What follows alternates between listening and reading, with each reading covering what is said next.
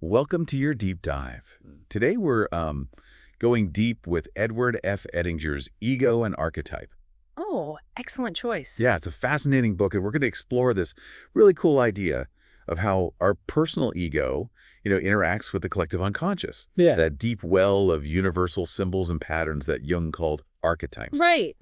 And you've shared some key excerpts from the book with us, so think of this deep dive as our, shortcut to absorbing its wisdom. Yeah, I like that. A shortcut. So let's get right into it. Okay, sounds good. What I find so fascinating about Edinger is how he uses these ancient myths, like, Adam and Eve, Prometheus, even Icarus, to kind of shine a light on what it means to become a whole, unique self, that whole process of individuation. It's true. He does a really good job of that, bringing those ancient stories to life and connecting them to our modern experiences. Exactly. Like those stories are still speaking to us today, right? Absolutely. They're not just like dusty old relics of the past. No, not at all. They're about those universal human struggles that we all face. Right. So we're going to kind of go on this chapter by chapter journey through ego and archetype, hitting those those highlights, especially where ideas connect between chapters. Yeah, I like that approach. It's going to be fun. It'll be a fascinating exploration of the human psyche, kind of going deep into all these different aspects of the ego and the self, those archetypes, all that good stuff. I'm excited. Me too. So should we just jump right in with the first chapter then? Yeah, let's do it. All right. The inflated ego. This chapter really sets the stage. Edinger dives into how our egos, they can get a little puffed up. They start thinking they're the big cheese, like they are the self, or even an archetype themselves, which of course can lead to all sorts of problems. It's like our ego gets a little too big for its britches and loses touch with reality. Exactly. And Edinger uses that classic story of Adam and Eve to illustrate this. Their desire to be like God leads to consciousness, yeah. But also, that expulsion from paradise. It's a double-edged sword. Wow. So it's kind of like a necessary crime in a way for growth. Right. But if it runs wild, it can become destructive. Totally. I mean, think about Prometheus. He steals fire for humanity. That's a great act of defiance and generosity, but ends up eternally punished for it. It's a cautionary tale about ambition, Right. and knowing our limits. Oh, that's a great point. I hadn't thought about it like that before. And then, of course, there's the myth of Icarus flying too close to the sun, ignoring his father's warnings. Right. Another classic example. That's like he just couldn't resist that temptation to go further, to push the boundaries. And it ultimately leads to his downfall. Yeah, it's a powerful reminder to stay grounded, even when we're reaching for the stars. Right. I mean, these stories, they all highlight that delicate balance between, striving for greatness and understanding our limitations. And it really makes you think about those times in your own life, like when maybe you felt a little inflated after a success or achievement. Well, for sure. Did it change how you acted, how you saw yourself, how you related to others? It's something we all experience at some point, I think. Absolutely. It's part of being human. Yeah, it's a part of that ongoing dance between the ego and the self. And speaking of different aspects of the ego, Edinger then explores the alienated ego in the next chapter. Right. That feeling of emptiness, like you're just going through the motions, disconnected from something essential within yourself. Yeah, like you're just kind of drifting through life without a real sense of purpose or direction. Exactly. And what's interesting is that Edinger suggests that even this alienation, as painful as it is, can be a step towards deeper self-awareness. It can be a push toward connecting with the self in a more authentic way. So it's like even feeling lost can be part of the journey. It's not always about feeling good or being successful. Right. Sometimes it's about those difficult experiences, those challenges that force us to confront who we really are. And Edinger uses some really powerful examples to illustrate this, right? Like Cain, driven by jealousy to murder, becoming a wanderer, completely cut off from everything and everyone. And Job, tested through unimaginable suffering, questioning the meaning of it all, but ultimately finding a deeper understanding of God and himself. Yeah, powerful stories indeed. They really speak to the depths of human experience, the potential for both darkness and light within us.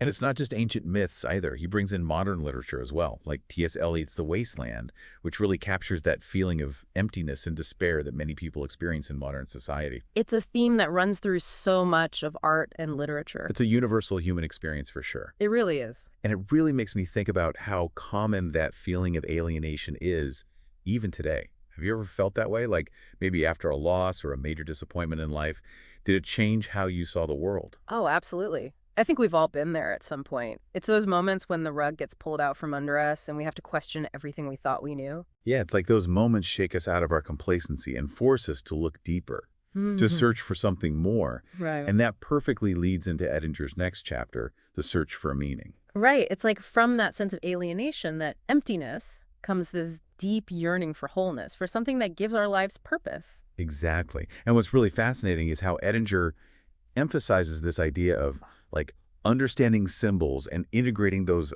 archetypes as a key to finding that meaning and connection. Like those symbols are breadcrumbs, in a way, I like that, breadcrumbs. leading us back to ourselves. They're those little hints, those clues that our unconscious is always giving us Yeah. if we're paying attention. Right, right. And one of the coolest examples he uses is that ancient Gnostic story, the Hymn of the Pearl.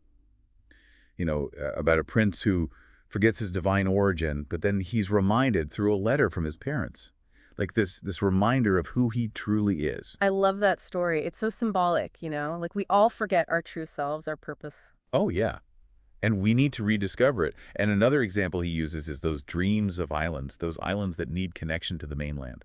Like these isolated pieces of land longing to be reunited with the whole. Oh, I've had those dreams before. Me too. What does it mean? Well, Edinger suggests that they symbolize our ego's need to connect with the unconscious, with that source of wisdom and creativity. That's so cool. Like the unconscious is trying to reach out to us through our dreams. Exactly. It's like our own inner wisdom is trying to communicate with us, guide us back to our path. And then there's that other classic dream figure, the wise old man archetype. He pops up in dreams as a guide, offering wisdom, pointing us back to our true selves. Oh, yeah. The wise old man. He's like the archetype of mentors and guides. It's almost like those figures are representing a part of ourselves that we've lost touch with, that part that knows the way. That's a beautiful way to put it. It's like we all have that wise old man within us, but we often forget to listen to him. And all of this, it really makes you think about what you're searching for in life, right? Like what gives you meaning, what makes you feel alive. And maybe paying attention to those dreams, those symbols, those little breadcrumbs could help us find those answers. Absolutely. It's all about becoming more aware of those inner messages, those whispers from the unconscious. And that's a perfect segue into Edinger's next chapter, Christ as paradigm of the individuating ego. It might seem like a jump, but it's all connected, trust me. Christ as a symbol of individuation. I'm intrigued. How does he fit into all of this? Yeah, it's not about religion in a traditional sense, Edinger's exploring Christ as this powerful symbol representing both the self and the ideal ego. It's more about like what Christ represents psychologically. Oh, I see. So it's not about like believing in Jesus literally. Right. It's about understanding the deeper meaning, the symbolic significance of his story. That makes more sense. Yeah, and he suggests that we can actually interpret Jesus' teachings, psychologically, as this guide for individuation, for becoming a whole self, like that whole idea of loving your enemies and turning the other cheek. It could be seen as accepting and integrating those parts of ourselves that we don't like, our shadow side. Oh, that's interesting. Yeah. And the parable of the Good Samaritan, highlights compassion and recognizing the divine in everyone, even those we might see as different or unworthy. Right. It's like recognizing that spark of divinity, not just in ourselves, but in everyone around us. That's beautiful. And Edinger also delves into the kenosis doctrine, where Christ emptied himself to become human. And he suggests that this symbolizes the ego, letting go of its inflated sense of self and embracing humility to connect with something greater. That idea of letting go of that need to be superior and connecting with something much bigger than ourselves. That's powerful.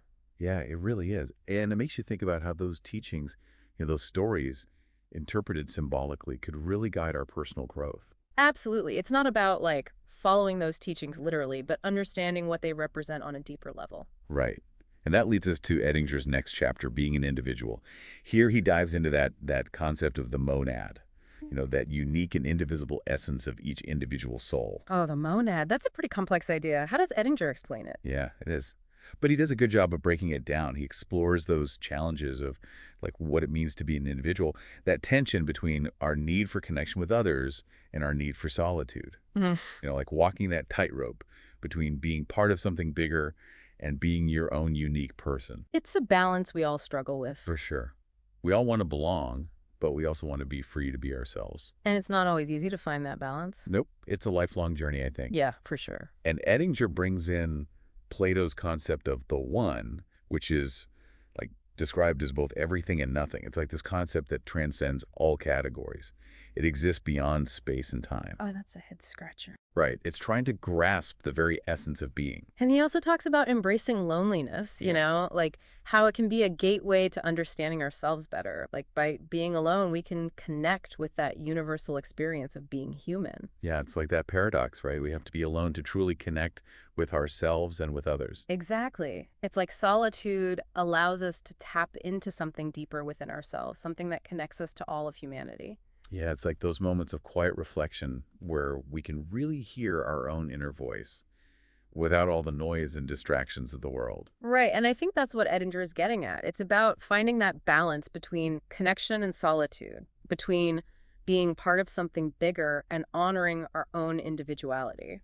It's something we all have to figure out for ourselves, right? There's no one-size-fits-all answer. Absolutely. It's a journey, not a destination. And speaking of journeys, the next chapter, the Trinity Archetype and the Dialectic of Development, explores the Trinity as this symbol of a dynamic process of unfolding and becoming. And it ties into this idea of growth and transformation.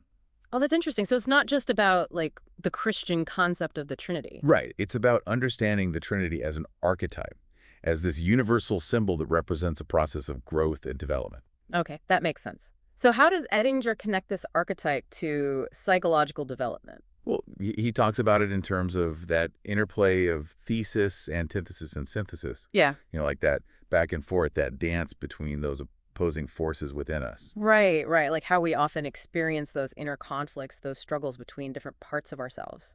And it's through those struggles, through that tension, that we actually grow and evolve. Like those challenges force us to stretch and expand our consciousness. Yeah, it's like we have to break down the old to make way for the new. And the Trinity as an archetype, it kind of represents that whole process of, creation, destruction, and rebirth. Oh, I like that. It's like a cycle of death and resurrection happening within us all the time. And it's not about reaching some static state of perfection, but embracing that continuous flow of transformation. That's a great way to put it.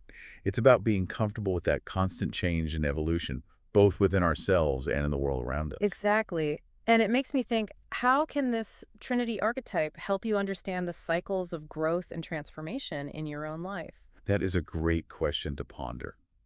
And it leads us to Edinger's next chapter, which is all about asking those big questions, exploring those deeper mysteries. It's called Metaphysics and the Unconscious. Oh, wow. Now we're getting to some really deep stuff. Right. This is where Edinger suggests that the unconscious can actually offer us these incredible insights into the nature of reality itself. Like it can challenge our everyday understanding of how things work. Exactly. Yeah. It's about opening ourselves up to the possibility that there's more to life than meets the eye. But there's a whole other dimension of reality that we're usually not even aware of. Yeah, and he talks about those dreams of creation myths and those primordial beings, suggesting a connection to a reality that transcends our normal everyday experience. It's like we're tapping into a kind of like cosmic consciousness, a collective wisdom that goes way beyond our individual minds. Wow, that's pretty mind-blowing. So it's like we all have access to this vast pool of knowledge and wisdom, but we just have to learn how to tap into it. Right. And it reminds me of those experiences people have when they're like in nature or listening to music. Like those moments where you feel this sense of awe and wonder, like you're connected to something much bigger than yourself. Yeah, no, exactly what you mean. Like standing at the edge of the Grand Canyon or gazing up at the stars on a clear night. It's that feeling of being both tiny and insignificant, and also part of something vast and incredible. Oh. It's that paradox of being an individual. We're unique and irreplaceable, but also part of something much larger that connects us to everything. And it's those moments of connection that can really give our lives meaning and purpose. Absolutely. It's about remembering that we're not alone in this vast universe. And Edinger also talks about the recurring image of the eye of God, symbolizing a unifying consciousness within the unconscious, like this force that's aware of everything. It's like a reminder that we're always being watched, that our thoughts, feelings, actions, they all have an impact. Yeah, but it can also be comforting, right? Like knowing that we're not alone, that there might be this higher power, a greater consciousness that's aware of us and cares for us. Like having a guardian angel looking over our shoulder. Exactly. And that reminds me of another symbol Edinger talks about, the wise old man archetype that appears in dreams as a guide. Right. Like that inner mentor who offers us wisdom and support. And that guidance can come in so many forms. A dream, a synchronicity, a book, even a chance encounter with someone. It's like the universe is always trying to guide us if we're paying attention. Like those synchronicities are little winks from the universe. Totally. And it makes you realize that we're never really alone on this journey. There's always help available if we're open to receiving it. That's a beautiful thought. And it leads us to Edinger's next chapter, The Philosopher's Stone. We're moving deeper into that world of symbols and archetypes. Oh yes, the Philosopher's Stone. That symbol of transformation and wholeness. It's one of the most enduring mysteries of alchemy. What does Edinger have to say about it? Well, he sees it as this powerful symbol representing the integration of opposites. The realization of the self, which was the alchemist's ultimate goal. It's like this metaphor for our own journey of transformation, of becoming whole. I like that. It's about bringing together those different parts of ourselves, the light and the shadow, the masculine and feminine. And he talks about the stone's fourfold nature, like how it symbolizes wholeness and is often depicted as a mandala. Right, those beautiful circular designs that represent unity and balance. And it's interesting how he connects that fourfold nature to the self, like how Jung saw the self as this archetype of wholeness, often represented by those mandalas. It's all connected. And Edinger describes the stone as both a container and a transformer, holding that potential for both destruction and redemption, just like our own process of personal growth, right? It's like those times when we have to break down the old to make way for the new. Those times when we have to face our shadows and let go of what no longer serves us. And that can be a really painful process. But it's also ultimately what allows us to grow and evolve. Exactly. It's like that saying, no pain, no gain, or as the alchemist put it, solve et coagula, dissolve and coagulate. And Edinger mentions the stone being like spiritual food and the tree of life, Yeah. representing the nourishment that comes from connecting with our true selves. It's not just about feeding our bodies, but also feeding our souls. That's a beautiful way to put it. It makes me think, what does the Philosopher's Stone symbolize for you? How does its creation mirror your own journey of self-discovery? That's a deep question. It's something for all of us to reflect on, I think. How do we find that nourishment, that sustenance for our souls? And now we come to the final chapter in our deep dive into ego and archetype. It's called The Blood of Christ, and it's definitely one of the most intense and symbolic chapters in the book. Yeah, blood is such a powerful symbol. It evokes so many different emotions and associations. What's Edinger exploring here? Well, he delves into the profound symbolism of the blood of Christ, representing that primal life force and the transformative power of the self.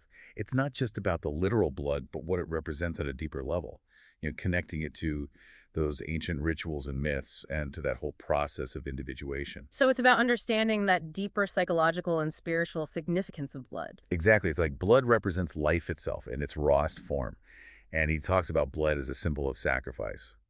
Sacrifice. What kind of sacrifice? Well, he's talking about the ego's willingness to surrender its limited perspective to the greater wholeness of the self, like a letting go, a surrendering to something bigger than ourselves. That makes sense. It's like we have to let go of our ego's attachments, our need to be right, our need to be in control, to really connect with something greater.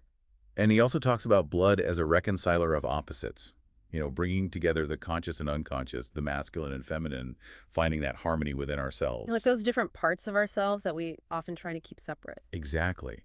And it's fascinating how he connects those ancient symbolic meanings of blood to the process of becoming a whole self. Right. It's like those ancient symbols are still speaking to us today. They're still relevant to our modern lives. And he mentions how those modern dreams that feature blood imagery often suggest the activation of like these powerful unconscious forces and a need for integration and transformation. It's like those dreams are messages from our depths, urging us to pay attention to what needs healing. And it makes you think, how does the symbolism of blood help you understand those intense and transformative experiences in your own life? Those times when you feel like you're being broken open and put back together again. That's a powerful question. It is. Yeah. And it's interesting how Edinger connects the blood of Christ to like that image of the Israelites passing through the Red Sea to freedom. It's like that symbolic journey of leaving the old behind going through a transformative experience and then emerging renewed, ready for a new phase of life. It's like a baptism, or a rebirth. Exactly. And he also talks about how, like, blood imagery often evokes anxiety in people. Like, we instinctively sense that power and also the potential danger of this primal force. Like, there's a reason why horror movies use so much blood, right? Right. It taps into something deep within us, something primal and instinctual. And then he connects blood to those ancient rituals where it was seen as the seat of the soul. It's like we intuitively understand that there's this deep connection between blood and the essence of who we are. Yeah, it's not just a physical substance. It represents something much deeper, something vital and essential to our being. And then he brings in the alchemists and their use of blood symbolism, how they saw it as this vital life essence, the goal of their transformation. It's like they were trying to tap into that primal life force, to use it for healing and transformation. And Edinger highlights that alchemical idea that the stone itself sweats blood. It's like the process of transformation itself is intensely demanding. It requires this sacrifice, a shedding of the old to make way for the new. Like giving birth, in a way. And he connects this to the story of Christ sweating blood in Gethsemane, anticipating that ultimate sacrifice, the shedding of his blood for humanity's redemption. It's a powerful image. It really is. And makes you think about the sacrifices we make in our own lives, Those times when we have to let go of something precious to us to make way for something new. And those sacrifices aren't always easy. They can be painful and challenging. But they can also be incredibly transformative. And Edinger explores different types of sacrifice, highlighting that idea of sacrificing the ego for its own development and the fulfillment of its, like, transpersonal destiny. So it's not just about giving up things we enjoy, but about letting go of the ego's limitations. Exactly. It's about making those conscious choices to let go of our ego's need to be in control, to be right, to be special, and embracing a greater purpose, a higher calling. That's a powerful concept. And Edinger also connects blood to the feminine principle, linking it to menstrual blood and that whole idea of creation and nourishment. Right. It's about recognizing that life-giving power of the feminine, both literally and symbolically. And he shares some modern dreams featuring blood imagery to illustrate how this archetype is still alive and well in our unconscious. It's like those dreams are urging us to pay attention to those transformative forces at play within us. Right. And he describes a dream where an angel writes on a stone with blood, symbolizing the integration of the feminine and the creative potential that emerges from that process. It's like blood is the ink of transformation. It's like those moments of intense emotion, those times when we feel like we're bleeding, are also the times when we're most open to change and growth. Exactly. And then he shares a dream where the dreamer is like terrified of being pricked by a needle, fearing the blood of Christ. There's this deep-seated fear of encountering that raw, transformative power. Yeah, like we're afraid of what might be unleashed if we really let ourselves go. Right. But Edinger reminds us that this power, this life force, it's not something to be feared, but something to be honored and respected. It's the source of our creativity, our passion, our vitality. It's what makes us alive. Exactly. And finally, he shares a dream about a heart transforming into a vision of Christ on the cross, connecting the dreamer's emotional intensity with that archetypal symbol of sacrifice and redemption. It's like our most profound emotional experiences are somehow connected to something greater than ourselves, something transcendent. It's like we're all part of this great cosmic drama, and our lives, our struggles, our triumphs are all part of something much bigger than we can even imagine. Wow, that was quite a journey through the symbolism of blood. It's amazing how Edinger connects into so many different ideas and archetypes. It is. And it really highlights the richness and complexity of the unconscious. Absolutely. It feels like we've just scratched the surface of this book. There's so much more to explore and unpack. There is. And as we move through all these chapters, one recurring theme that I keep noticing is this tension between the 3 and the 4.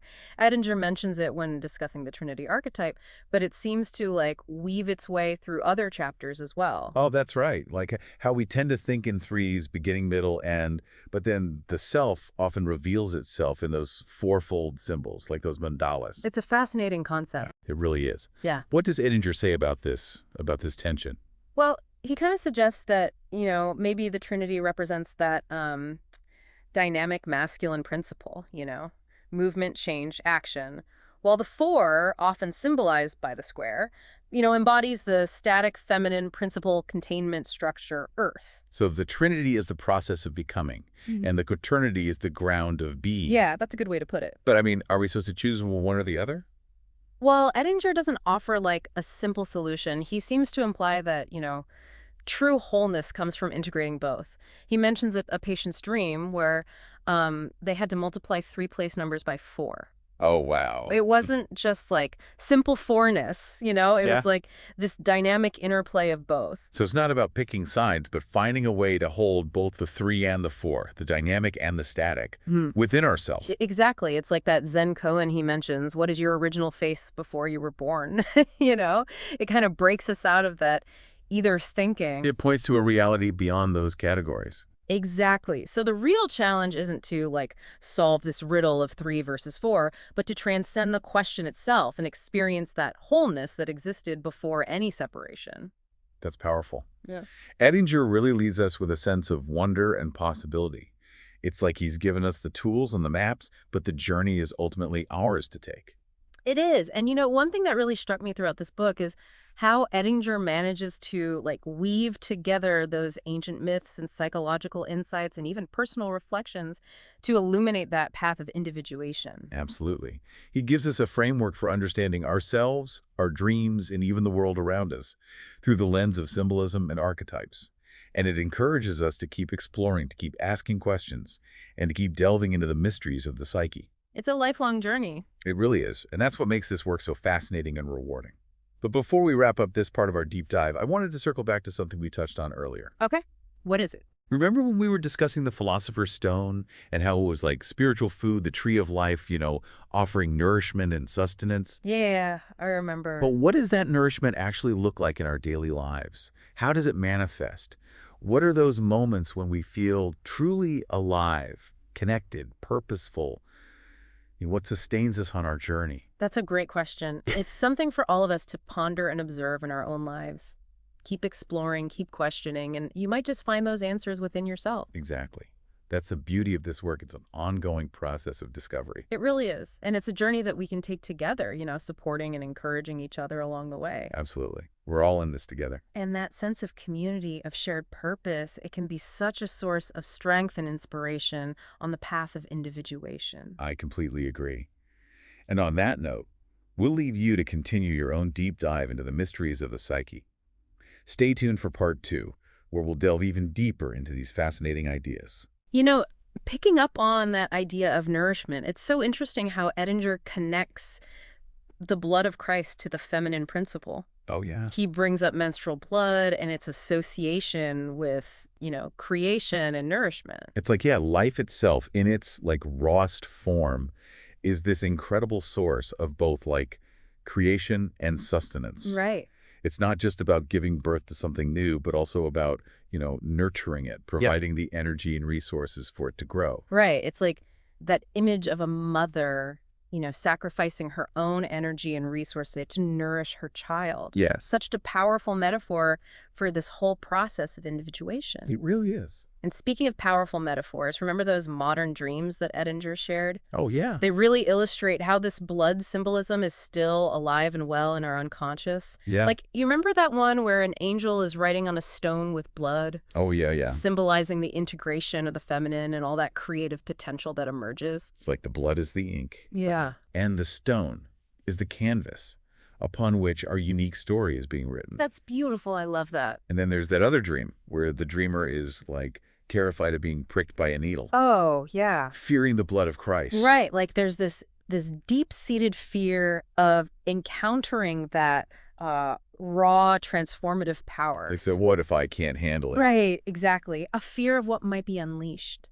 I can relate to that for sure. Yeah. It's a reminder that this journey, it isn't always easy. It's not always comfortable. It requires facing our fears and embracing the unknown. It's like, choosing to walk through fire. Oh, yeah. Knowing that you might get burned, but also knowing that the transformation on the other side it's worth it. It is. It's about having that faith, that trust in the process. Yeah. And then Edinger shares one more dream where the dreamer's heart transforms into this vision of Christ on the cross. Oh, wow. Connecting the dreamer's emotional intensity with that archetypal symbol of sacrifice and redemption. It's like Our deepest emotions, our passions, they're connected to something greater than ourselves, something that gives our lives purpose. Yeah, something transcendent, something beyond just our own personal fulfillment. Yeah. And it circles back to this whole idea of nourishment, right? Yeah. What sustains us on this journey, it's not just about, meeting those basic needs, but about connecting with something greater, Right. something that gives our lives purpose. Right. And Edinger suggests that we can find this within ourselves, Yeah. in the depths of our own psyche. Oh, that reminds me of when we were talking about the Philosopher's Stone being like spiritual food. Right. He compares it to the tree of life, suggesting that, that process of individuation itself provides us with energy, Yeah. sustenance to grow and evolve.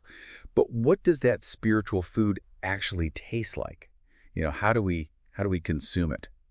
It's a good question. He doesn't exactly give us a recipe, but he does offer some clues. He talks about the stone's ability to heal, to transform, to illuminate. Okay. So this food, it's not something that we just passively consume, right? Yeah. It's something that actively changes us, Right. challenges us to become more than we are. It's not like, sitting down to a meal. Right. It's more like being in the fire, being forged. Yes. It can be painful, but also rewarding. Right. It's like the pain of childbirth, right? Yeah. Followed by the joy of holding that newborn child in your arms. Yeah. The process of individuation, it's a birthing process. It's bringing forth our true selves. Exactly. But how do we know if we're on the right track? How do we know if we're actually consuming this spiritual food? Yeah.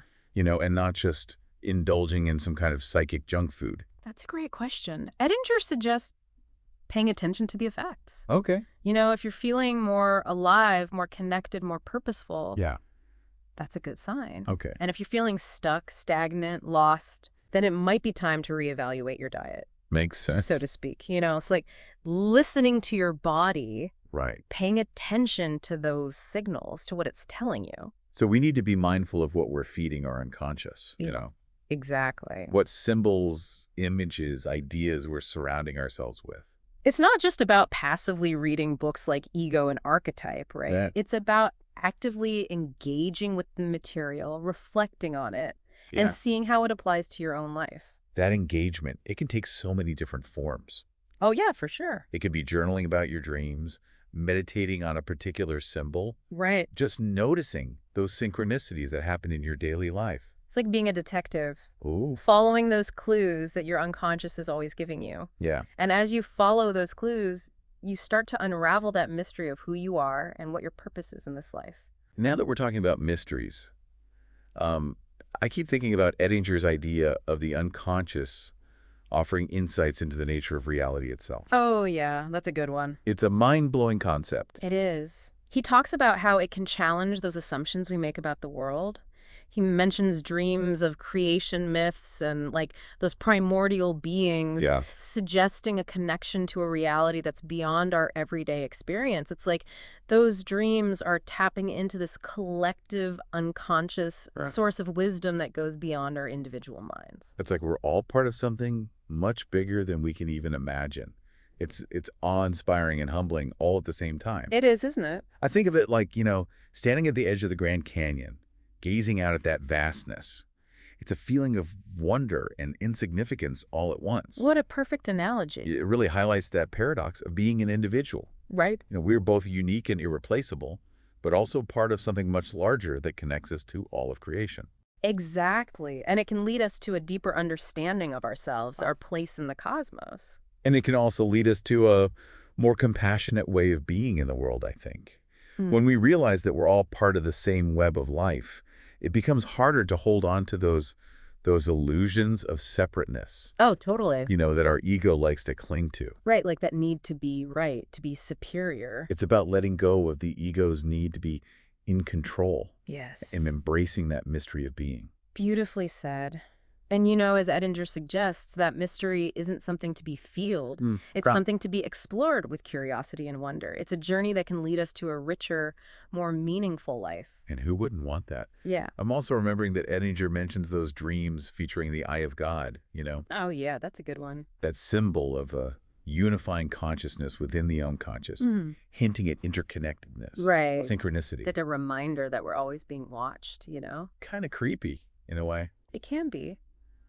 but also, comforting in a way, like knowing that we're not alone, Right. that there might be a higher power, a greater consciousness that's aware of us and cares for us. Yeah, like we're being guided and protected.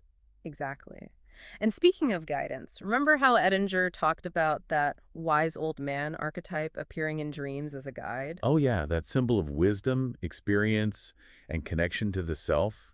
It's like, having that inner mentor. Right, offering guidance and support along the way. And that guidance, it can come in so many forms.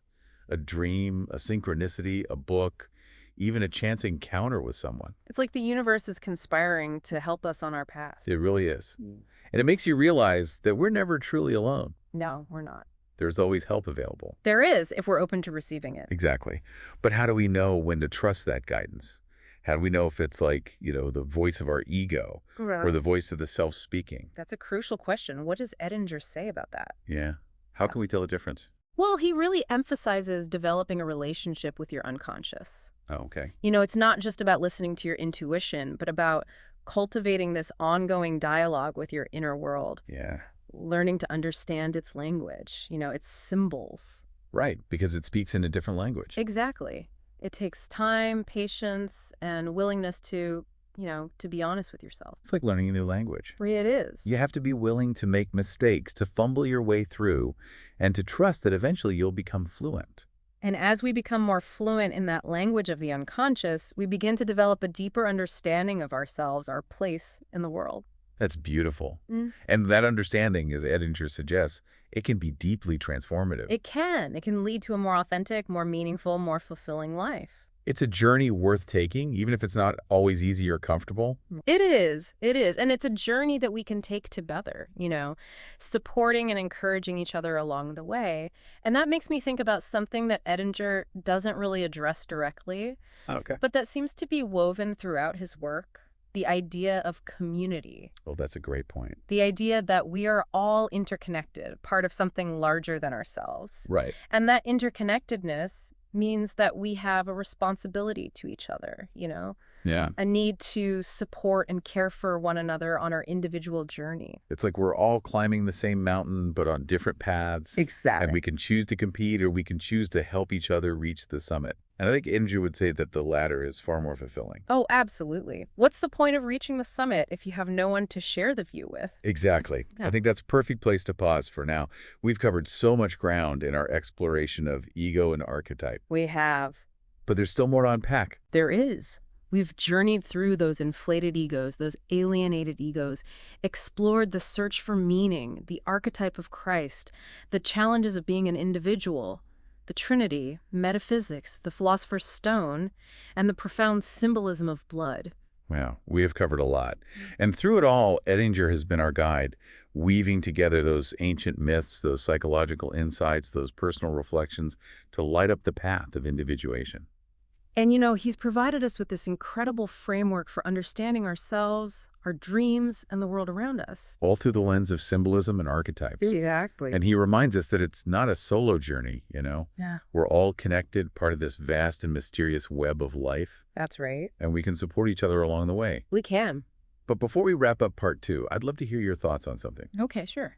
When we were discussing those powerful dreams and the eye of God, it got me thinking about a question that Edinger only briefly touches on. Okay, I'm intrigued. What's on your mind? Well, I'm wondering about those times when we might resist the guidance of the unconscious, when we might even fear what it's trying to tell us. Right. How do we work with that resistance? That is a fascinating question, and one that definitely deserves further exploration. Exactly.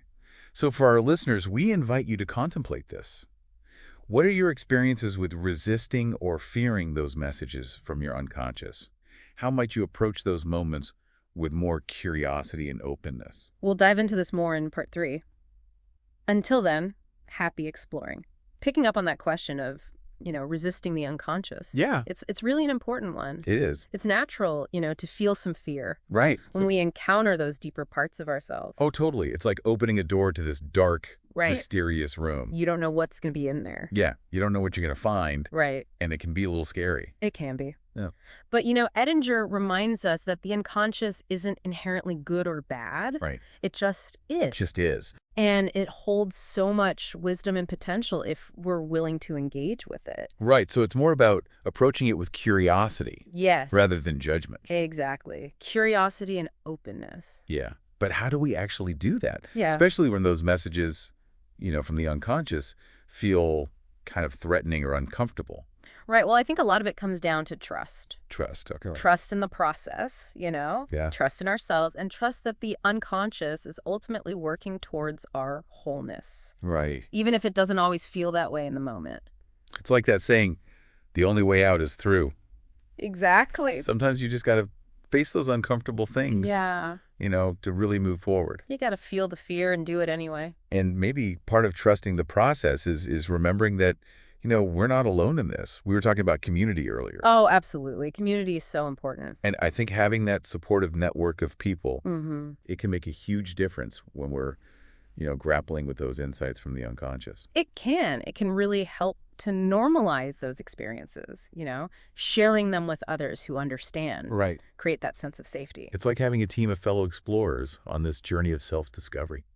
I love that. Fellow explorers. Right. We can share our maps. Yes, compare notes. Offer each other encouragement, Absolutely. And that reminds me of another thread that's been weaving its way through our discussion, this tension between the 3 and the 4 that we touched on earlier. Oh, right. Yes. That dance between the dynamic masculine principle of the Trinity and the static feminine principle of the Quaternity. Such a fascinating concept. Mm. What are your thoughts on how this plays out in the context of, resisting the unconscious? Could it be that sometimes our resistance comes from an overemphasis on one principle at the expense of the other? That's really insightful. I think you might be onto something there. Perhaps when we overemphasize that dynamic masculine principle, Yeah. that drive towards action and change, Yeah. we might rush ahead without fully integrating those the wisdom of the unconscious. We might even try to force our way through those uncomfortable insights instead of allowing them to unfold naturally. Ooh, that's so true.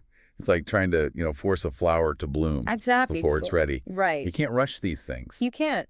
And on the other hand, if we overemphasize that static feminine principle, that containment and structure, Yeah. we might get stuck in our resistance, clinging to those old patterns and beliefs out of fear of the unknown. So finding that balance between the two is key. It's about honoring both. Yeah. The need for action, the need for reflection, pushing forward, surrendering. It's a dance. It is. It's a delicate dance. And it brings us back to that Zen koan Edinger mentions. What is your original face before you were born? Oh, I love that one. It's so thought-provoking. It challenges us to move beyond those dualistic categories. Right, to experience a reality beyond separation, where those opposites are no longer in conflict, but in harmony. It's a reminder that, our true nature is whole and complete. It is. Even if we don't always experience it that way. Right, and maybe that's the ultimate goal of this whole journey. To come back to that wholeness. To that original wholeness, yeah. That face before we were born. Exactly. What a beautiful way to think about it. And Edinger leaves us with that sense of wonder. Oh, he doesn't. And possibility. He doesn't give us all the answers. No. But he gives us those tools, and then it's up to us. It is. The journey is ours to take. What an incredible journey it has been. It has. From inflated egos to alienated egos, from searching for meaning to the mysteries of the unconscious. We've covered a lot of ground. We have. Edinger has illuminated this path of individuation with such depth. He has. He's shown us how those ancient myths and symbols are still relevant to our lives today. And most importantly, he's reminded us that this is not a solo journey. We're all in this together. We are. We're all interconnected, part of this web of life, and we can support each other along the way. Ego and Archetype is a book to be savored, revisited, pondered. It is. It's a companion for this lifelong journey. It really is. So to our listeners, keep exploring, keep questioning, keep diving deeper into the mysteries of your own psyche. You never know what treasures you might discover. And as Edinger reminds us, the journey itself is the destination. Beautifully said. Thank you for joining us on this deep dive. It's been a pleasure. Until next time, may your journey be filled with meaning, purpose, and a deep connection to the self.